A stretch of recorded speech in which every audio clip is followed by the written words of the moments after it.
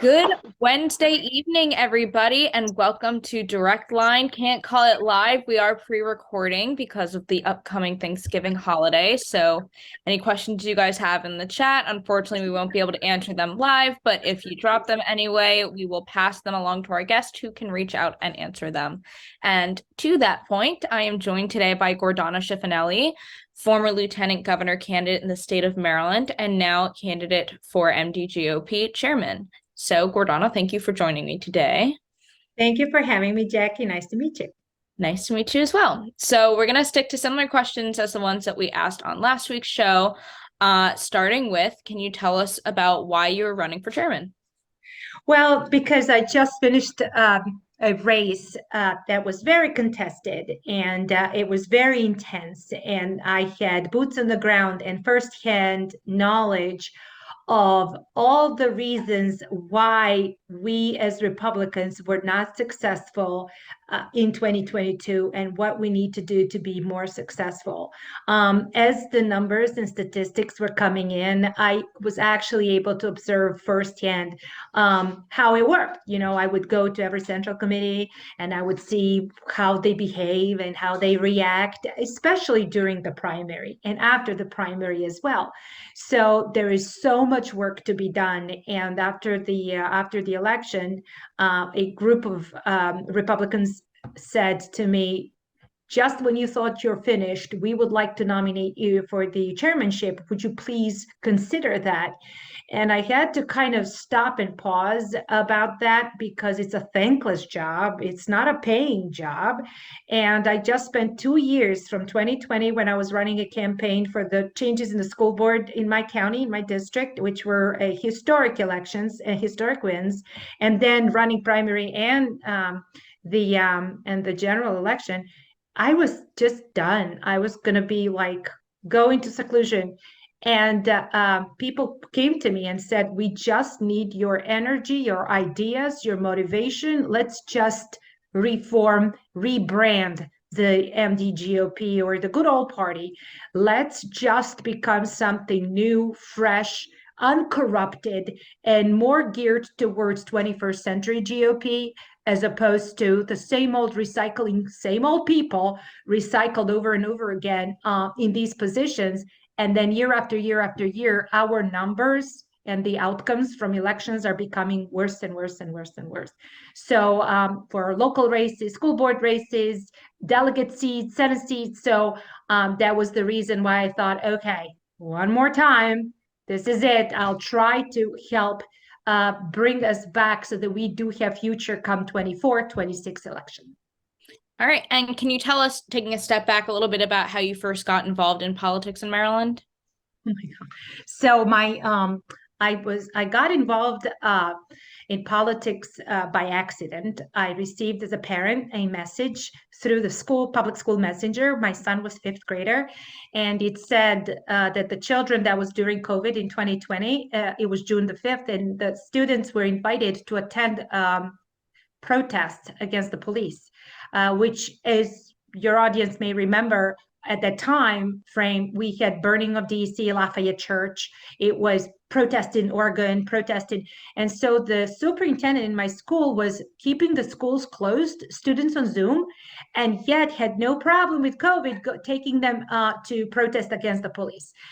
It was all about this notion that we are systemically racist, the country, and that the students need to, as early as 11 years old, participate in this social political activism events. And I thought that that was very inappropriate. I grew up in Yugoslavia, and I note that Marxist political ideology starts from elementary school, and I saw resemblance. So I said no. And I unfortunately said no on Facebook. And then, of course, I got banned from Facebook for saying no. But at the same time, I formed Ken Island Patriots. I created a grassroots movement to take down the school board on a write-in candidacy. I got my candidates elected. The entire school board turned, and the superintendent left, and we got rid of her. So those were the things that was a snowball effect. I had no intention of doing anything. And after my candidates won, I received calls from Tobo County Parent Advocacy Group, Kent County Parent Advocacy Group, Wycomico County, Delmarva County, all asking the same question. How can the Maryland Teachers Association do that? How can the school do that to our kids? How can they promote a particular political agenda while the kids are in school? And what can we do to change that? And I became an educator, going from county to county to county to these groups of parents and volunteers. And little did I know I would create a movement that ended up being very live, very active, and parents and individuals started considering getting their hat in the races, start running for office. So I have, as a result of that, so many people that won on a local races on the Eastern Shore where I had direct contact. I had the hands-on approach. So many people won on a county commissioners races, on parent school board races in Wycomico, Worcester, Somerset. So we were able to literally become a red wave on a tiny little Eastern Shore. And we successfully completed the mission. But in the meantime, Dan Cox called and said, would you help me do the same thing you did on the Eastern Shore for this whole state of Maryland? And I said, I'll do my best. And I did. And so that's how I got into politics. And little by little, I ended up crisscrossing the state, and over 70,000 miles later, from Carroll County, Charles County, Caroline County, all the way to Garrett, all the way to Somerset, Worcester, Wycomico, Kent, Queen Anne's, I crisscrossed the state, talked to all the Central Committee members at the time, and that were very willing and open to listen. And more importantly, I got the support of the people, and the Republicans really respectfully liked what I had to say. All right. So one of the biggest challenges of being the MDGOP chair is bringing together what seems like a fractured party in this state. What would be your strategy as chair to bring together the two seemingly warring factions of our party? So you've just nailed that question, because it's fractured, and we have to go back and see why is it fractured. We can't fix something if we don't know the causes. What I can observe as someone who was not in the politics before, I am aware that there is this anti-Trump stream or faction, and then there is Hogan faction, and those factions were direct and proximate result of terrible results in these upcoming elections, 22 elections on all levels. In other words, candidates that were supported by Governor Hogan miserably performed, and the rest of the Republicans running all top down the ticket in majority of the races performed terribly on county level, for county executives in Baltimore County, Anne Arundel County, to all other levels. We lost about 11 seats.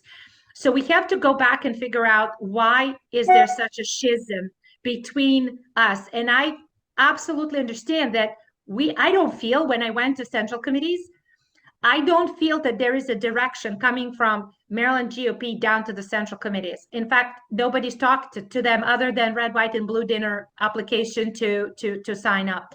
So there is no monthly meeting. There's no Zoom meetings that everybody come in on, once a month. All central committees. There is no coordinated action. Also, there's no new ideas, and there's not enough volunteers to actually do the work, do the heavy lifting. So we have a party that has, and I keep saying, old people. There's more old people than young people in central committees all across the state, which means that we are not responsive to the needs of the millennials. We don't take millennials into the account seriously. I'm glad to see you. And I've seen some other young Republicans here and there, but it's anecdotal to the point of what needs to happen. We don't go to universities. We don't go to high schools. We don't have debate teams between young Republicans and young Democrats debating issues. We are not listening to the other side. And that is the reason why we have more hostility amongst each other than some towards the actual Democrats, or understanding who is our adversary. For whatever reason, there's a lot of people who want to remain in politics only for the prestige or the title, rather than doing something and measuring results. So I haven't seen measurable results, and I'm results-driven person. So since I've crisscrossed the state, I know exactly what needs to be done. I've talked to every single Central Committee multiple times, including the voters who are voting for these Central Committee members. We cannot win election if we have depressed voters. And we also cannot win election if our leadership is equally depressed. So, and they are out of control. They're not together. There's this, pro Kelly Schultz or against Dan Cox. This is all very harmful for all of us. And we have results as we do have results. And with that, Governor Hogan had immensely hurt our party, and his behavior was unbecoming of the governor, especially someone who carries Republican next to his name. I keep saying to everybody, there is no constitutional right to be registered Republican. You do not need to be with us if you hate us or if you disagree with us. But if you do choose to be a Republican, then you have to be aware and reflect traditions, history, message, conservatism, and respect to each other. So I understand that elections can be contested in between even Republicans, but we're still on the same team. And that same team cannot be mudslinging each other after the primary. And even before the primary, there is a gracious way to win the election as opposed to doing what we do. If we behave this way, then I'm sorry, what? If we continue to behave this way, then those who are independent voters will not be willing to join our ranks and become a party that is going to actually appreciate what we do, because we are constantly mudslinging each other. So we have to understand that there are bylaws that need to be respected. We have to be respectful to each other, and it all comes from the top. And so it goes down to from the top down to the central committees. And so central committees are many families. And I know for a fact that when I went and visited them, they don't feel that there are many families. They most of the time they feel they're confrontational to even each other sitting in the same room.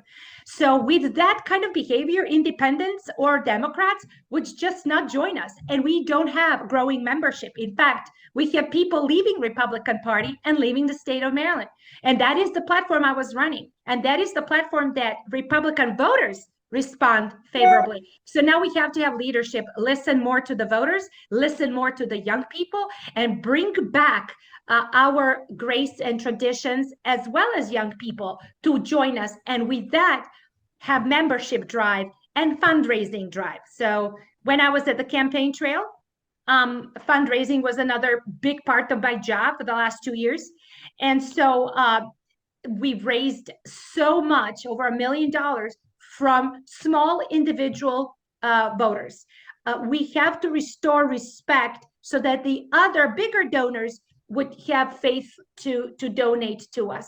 So there cannot be one donor funding MD GOP. We have to have a vibrant team willing to donate for something that's good so that we can survive 24 and 26 election. So on that topic of donation, that is pretty much the other main aspect of being MD GOP chair. I don't personally know how much is brought in per month, but I know that it's a rather large sum of money. So what would be your strategy to maintaining the amount of donations needed to upkeep the MD GOP on a monthly basis? Right. And so if we were just functioning on a very small amount of money coming every month, that's not the way how to run a business. So I run a couple of businesses, and the way it works is that when we grow membership, members need to pay into it. So we have to put money where the mouth is. So if we believe that this is our party, we need to be a part of, we have to have a membership drive. That's one. The second thing is, in fact, that I was able to call as part of my campaign, top 35 donors to MD GOP who stopped sending donations. And I spoke with every single one of them. And what they told me was horrible. They lost faith in our party, and they were upset at Hogan, as well as they were upset at Trump's tweets. And as a result, they are not going to be wasting their money. So if a donor believes that the money is wasted, they're not going to donate. If there is no clear vision, they're not going to donate. But if there is a clear path, and if there is a result of membership drive activities in the community, for an example, if MDGOP would have more events akin to red, white, and blue dinner, which requires a ton of time, a lot of effort, on different scale. Sometimes as big as red, white, and blue, and sometimes not as big. But something that comes from MDGOP that goes down to the local communities. What I could see is that the only fundraising for central committees on a local level would be a Lincoln Reagan dinner.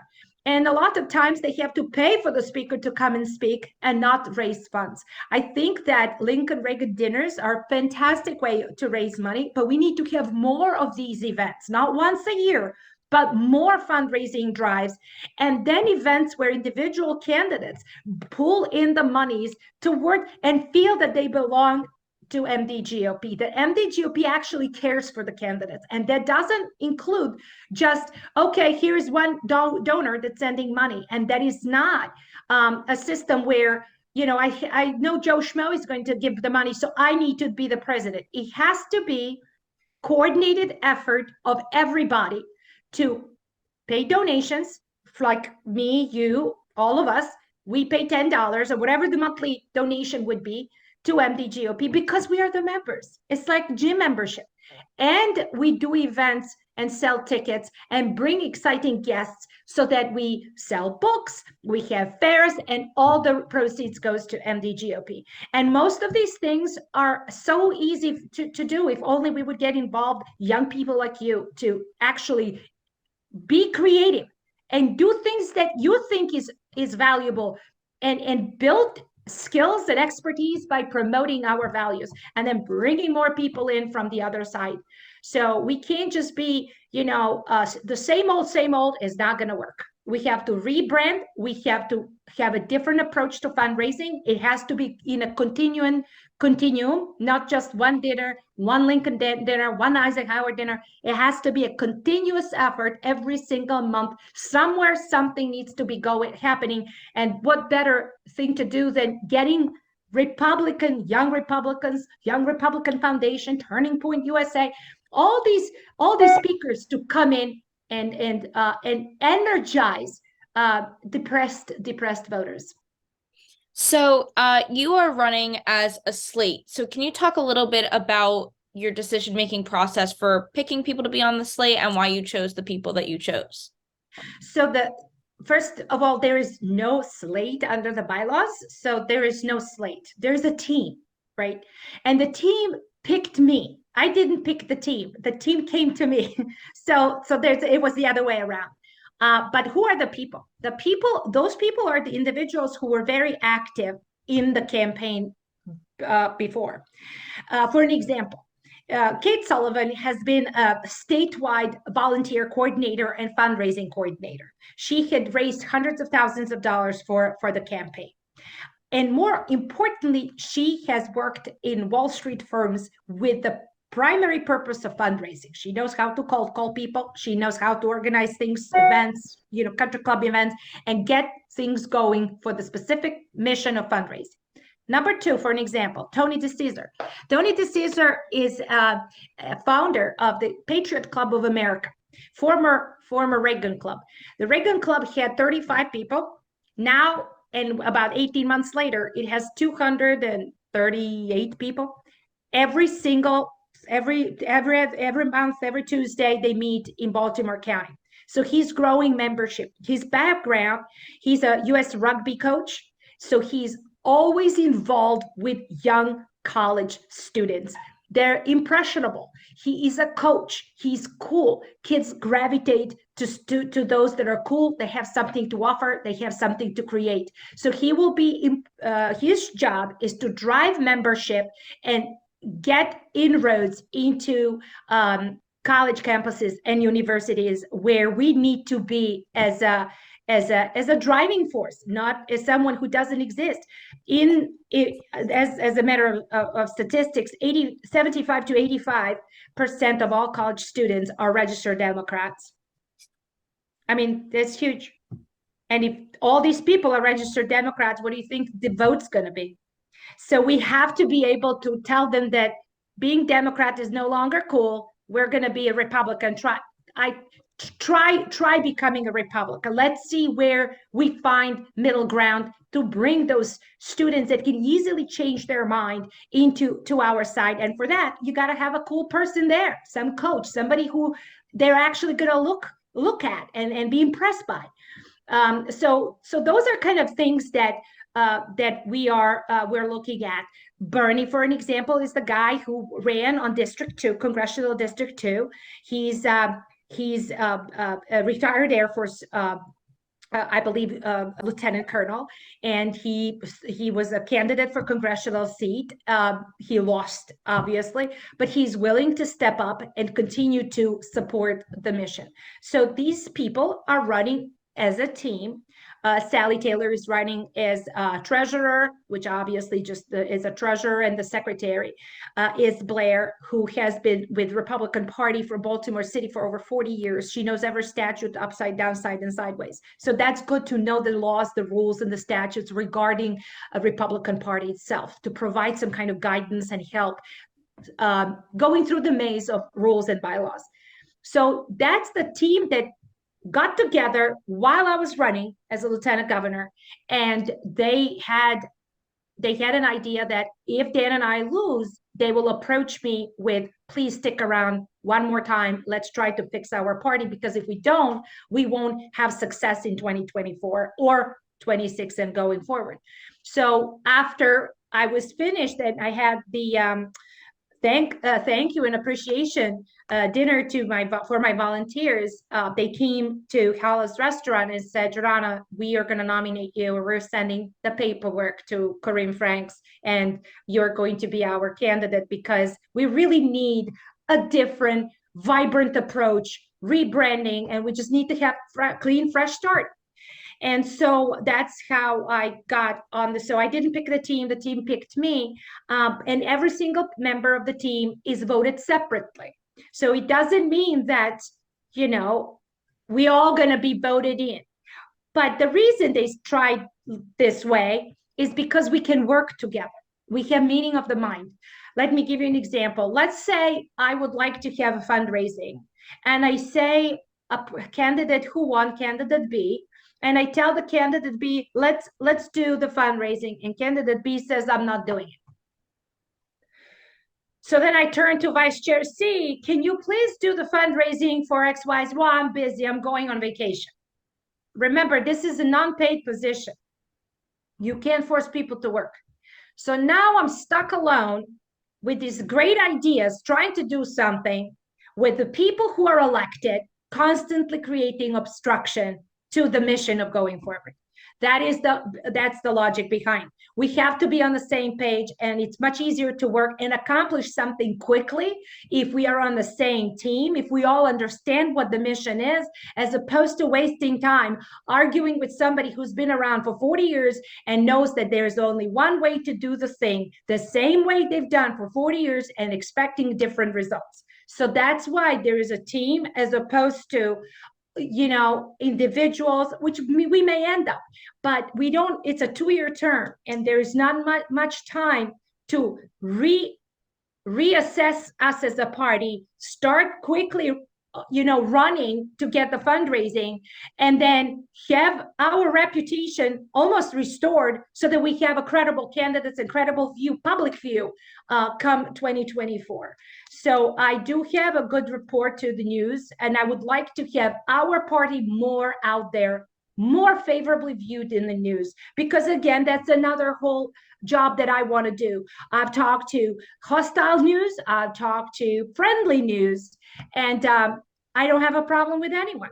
So talking to other side, whether through hostile news lens or others, it's just getting our party out there, becoming relevant, and becoming out there. It'll bring membership to us and funding with it. So, as you mentioned, even though you guys are running as a team, there is the possibility, since the elections are all separate, that you Right. end up with a mixed bag. So, should that be the case and you become chair, what would be your strategy for working with the other members who are not a part of the team that you're running with? It depends. I don't know who that is. I don't know. That's too hypothetical because I don't know. I don't know. Depends on how it goes. As I said, if they all throw their toys, turn around and sit down like angry Indians and they're not going to talk to me, what am I supposed to do? Right? So, and I don't have time to teach people what leadership means at this level. At this level, we all should be aware of our mission, vision, and goals are. And if I need to translate these things and drag and the time is going by, then I won't be effective. And me being ineffective is not an option because I don't have the time to waste. I've spent 2 years of my life on the campaign trail. I've put my family and my practice aside to help Marylanders. I don't intend to be someone who is going to be for the title that is just a waste of time. So I don't want to waste anybody's time. And it's going to require those people who want to run again and again are going to have to get serious to get things done this time because if I am elected as a chair, I will have high expectations and they're not going to have time to sit around and do nothing. So Right. So, your former running mate, Dan, has he been supportive of your run? he's not supporting me. He's supporting Andy Harris's wife, Nicole. Okay.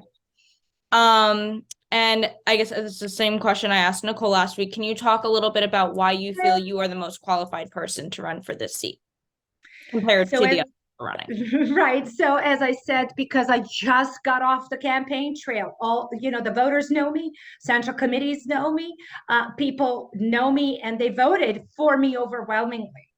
So I don't, you know, no one has voted for Nicole, and those are the people who are actually on the ground. Those are the voters. Those same voters who vote for the Central Committee, the same voters were voting for me. There's a bond between me and the voters and me and the Central Committee on the local level. There's nothing better than working with the local central committees. That's one of the things I really like to do. Talking to every single central committee on the ground.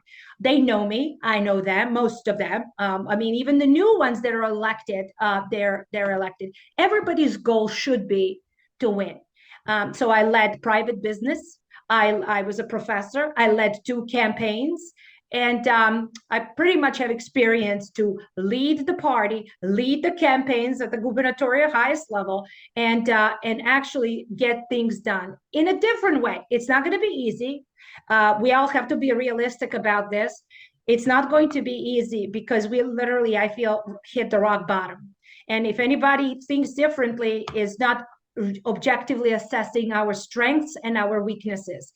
And since this is visual and audio for us, I believe that all of us are the same family, and people in the same family should be able to talk to each other directly without having their feelings hurt or throwing a tantrums. We need to understand that we are all here for the same reason, to make lives of Republicans in our state better. In the ratio that we are, in such a minority that we absolutely have to get serious about what are we doing, and putting feelings aside, we have to approach to our future a little bit differently.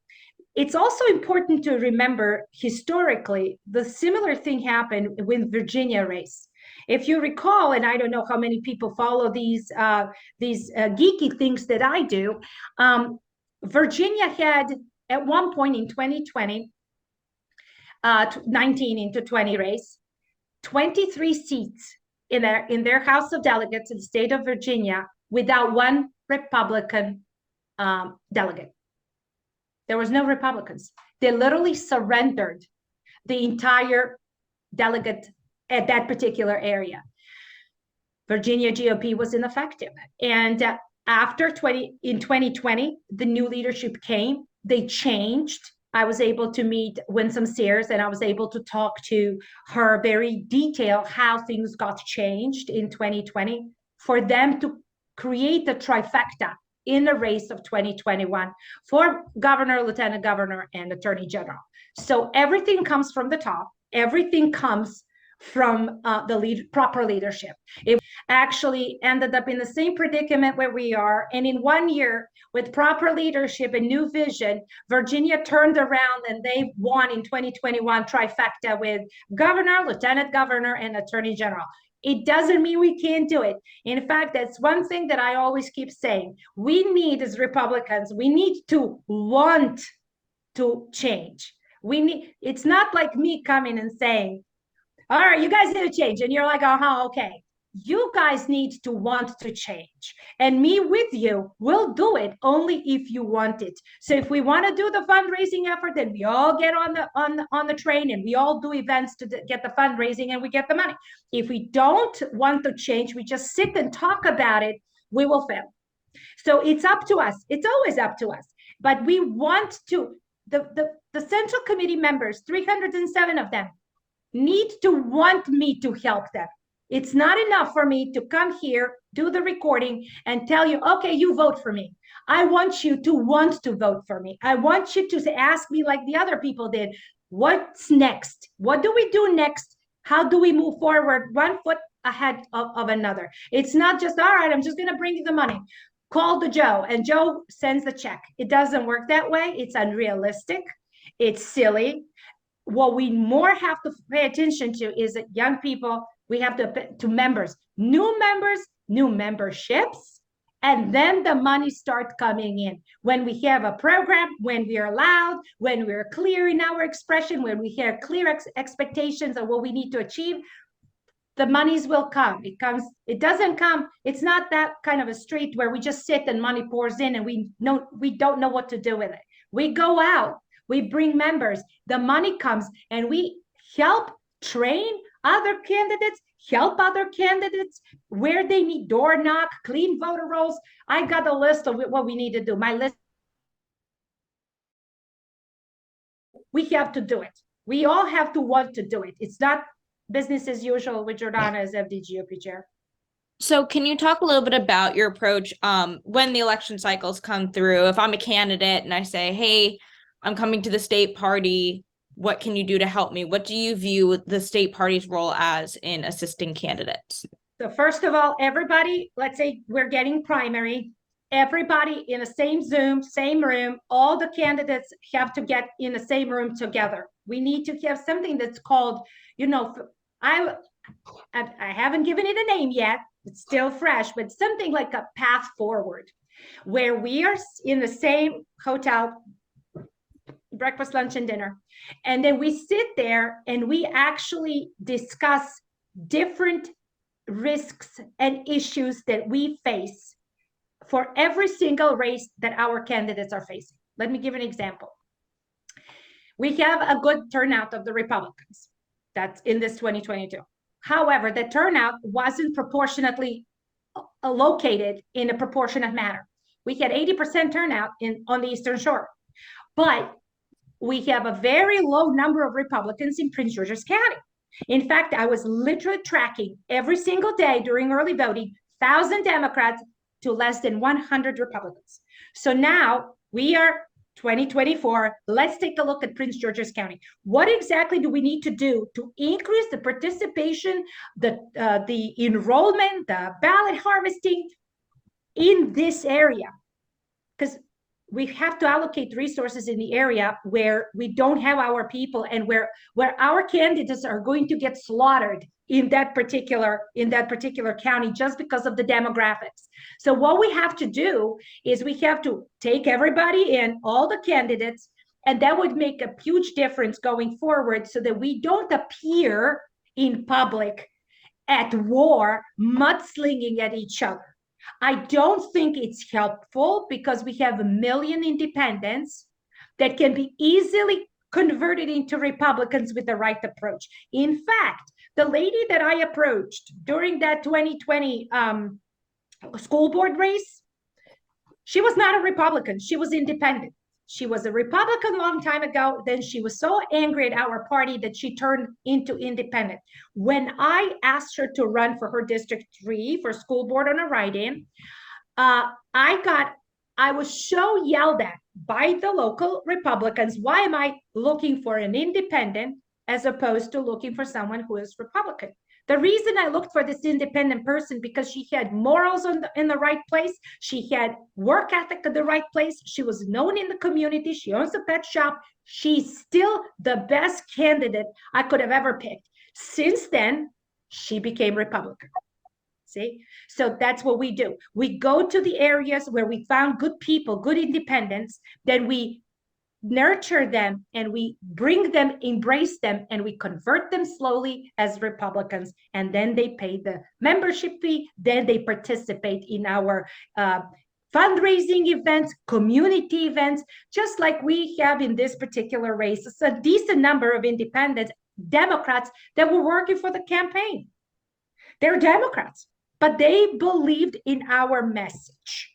And that is what I think it's a hard way to do, but it's really not impossible. So having people together as opposed to each person is left to their own merits. And every single complaint I heard during this 2 years on the campaign trail was, MD GOP doesn't help me. They're not sending money. They're not helping. They're not sending money. They're broke. They don't send. I hear the noise and I hear complaining. It's too late to complain while you're running for office. The training, fundraising, strategic planning starts tomorrow, not at the race. You're done. And a lot of people don't know the rules. Remember, people that are running for office, they're not lawyers. They're not professionals a lot of time. They're simply good faith people that are willing to throw themselves to help their countrymen, like I did with the school board races on Eastern Shore all over. So we can't expect them to know. So what happened in this race was all these people that came out of nowhere kept calling me asking for help. Hey, where do you read this? What statute do I look at? What about the Kerwin law? What about the bylaws? What about... Those are the things we need to provide to members of the GOP. People need to learn and be involved and learn, okay, these are the rules. You cannot support anybody that's not Republican. If you do, you're out. I mean, it's simple. But who's enforcing the law? Who's doing it? So training together. We need to be like Christmas party. We need to be together. We need to have things together. Why? Because we're one family. If we don't have these things, then we won't succeed. So we have to bring us together, all of us. And then we bring others with us. So I do have one follow-up question to something you said, and then we do have to get ready to wrap up. So you'd mentioned about candidates saying, well, the MDGOP is not sending me money. Do you view it as the role of the state party to send money to candidates? Oh my gosh, if we had money, of course, we should send money to everybody, but we don't, right? We have to ensure that the candidate is a winning candidate, meaning if we need to train them, we need to train them. If we need to help them, we need to help them. I personally sent from my lieutenant governor account, I don't even know how many thousands of dollars to other candidates running for all kinds of different offices, from the circuit court judge to school boards to Vista Print. So I was doing it. If MDGOP can do it, they should. If we can bring them and teach them how to fundraise within the account settings that we have, sure. But we have to act as a unity. That's where the word unity, that's where the team comes. Unity on all levels. So if we had the money to support candidates from local levels all the way up to the top, absolutely, it would be great. But we need to provide training. We need to provide guidance. We need to provide courage. Before this election, I called you guys, Corinne, and I said to Dirk and Corinne, can you guys please give me a Zoom so that I can talk to every candidate running for office? And Corinne said, can I have Central Committee members on the Zoom? Of course you can. After I said that, the major question was, why is she doing this? Why does Gordana want to talk to all the candidates? There's something nefarious.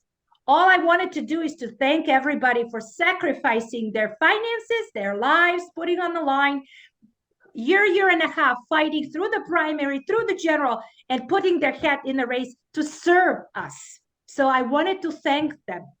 I wanted to let them know that I secured 410 number with the MDGOP, and I put Maryland on the line because I didn't know who do we call if there is election fraud. Who do we call?